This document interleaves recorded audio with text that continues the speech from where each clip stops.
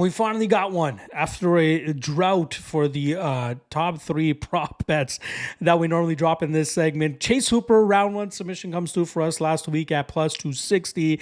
That gives us profit, obviously, on the top three prop bets. The other one, Temba Grimbo by knockout, plus 500, does not come through. Vicente Luque's form looked much better than he did in his previous fight against Joaquin Buckley, so that's on me. And then Dominic Reyes by decision at plus 330. We hit the over 1.5, which was a track play that I had, but ultimately Anthony Smith was unable to muster up much of resistance, especially in that second round, which led to Reyes going out there and TKOing him. But I didn't mind the shot at plus 330 on Reyes by decision. And then the long shot, Brian Battle in round three at plus 950 does not come through. Misses weight pretty bad. You know, that was a little bit of a sign of things to come there, and then not really performing as good or as aggressively as I expected him to in deep water, which did not really give that round three prop a chance of cashing.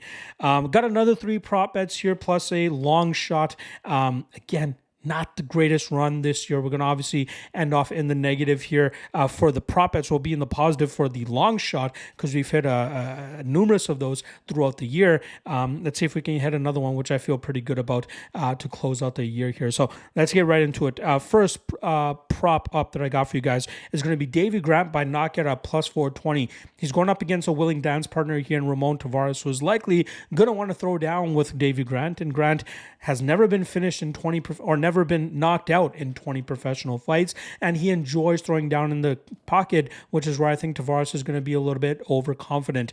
Look for Grant to land his unorthodox power and weird power, and I think that will lead to the third knockout loss in Ramon Tavares' career, and at plus 420, more than worth a shot.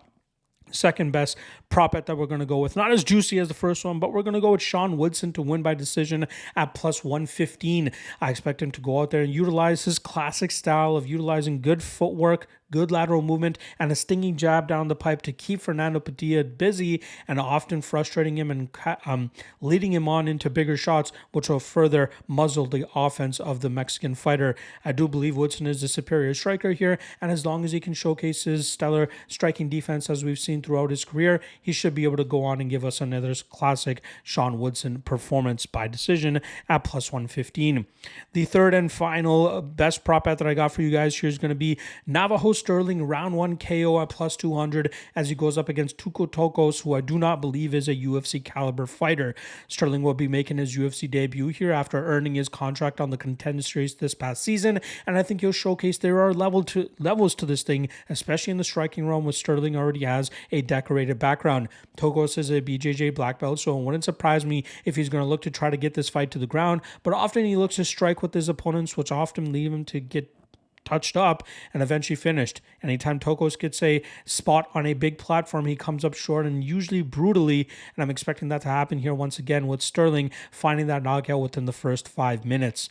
The long shot that we got here, and it's a official play that I'm going to be making as well, is Otman Azaitar round one knockout at plus 800 as he goes up against Michael Johnson.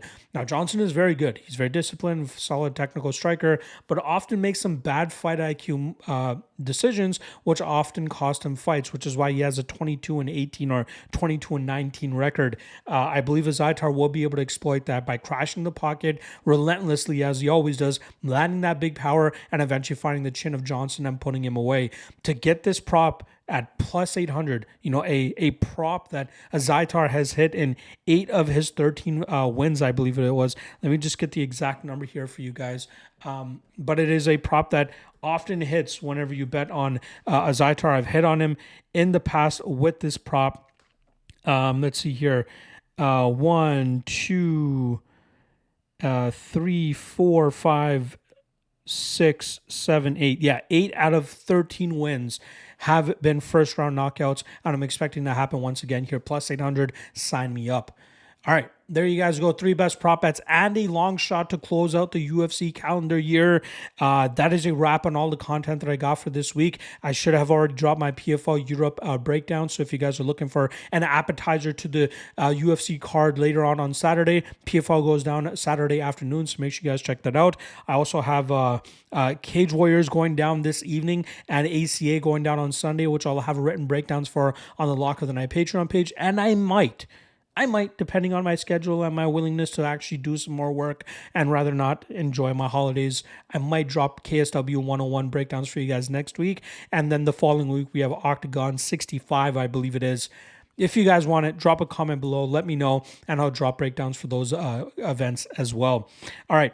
If this is the last time I see you guys for the year, happy holidays, Merry Christmas, happy Hanukkah, and I'll see you guys in the new year, or I might drop some presents and do those breakdowns for you guys as well.